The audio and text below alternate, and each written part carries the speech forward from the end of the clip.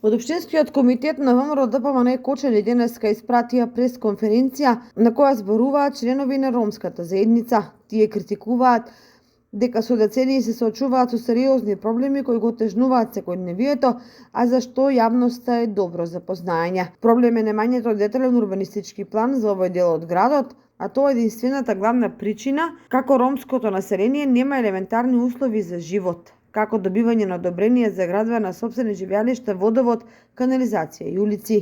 Вие пренесуваме пресконференцијата во целост. Почитувани сограѓани, ромската заедница во нашата општина со децении се соочува со сериозни проблеми кои го отежнуваат секојдневието, а за што јавноста е добро запознаена. Немањето на детален урбанистички план за овој дел од градот беше главна причина ромското население да нема елементарни услови за живот, како добивање на одобрение за градба со сопственото живеалиште, водовод, канализација, улици и така натаму. Денес по неколкугодишна изработка на детален урбанистички план за градска четврт број 5 се доби шанса овој дел од градот да добие урбан лик, како што доликува на нашите сограѓани да добијат достојни услови за живот.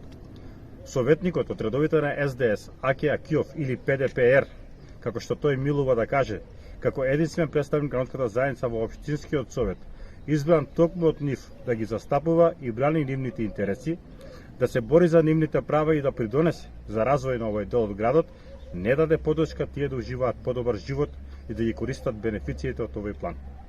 Со неговото гласање не, тој не даде подршка и за формирана градежна парцела со намена А3, крупно домување во која трајно се решава проблемот на жителите од старата касарна и истата се наоѓа наспроти фабриката за третман на вода.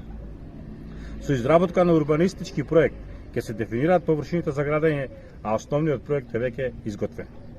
Изработка на инфраструктурни проекти, улици, подпорни ѕидови, водоводна и канализациона мрежа, кои со овој дуб ќе бидат дефинирани, односно следува добивање на нивно одобрение за реализација.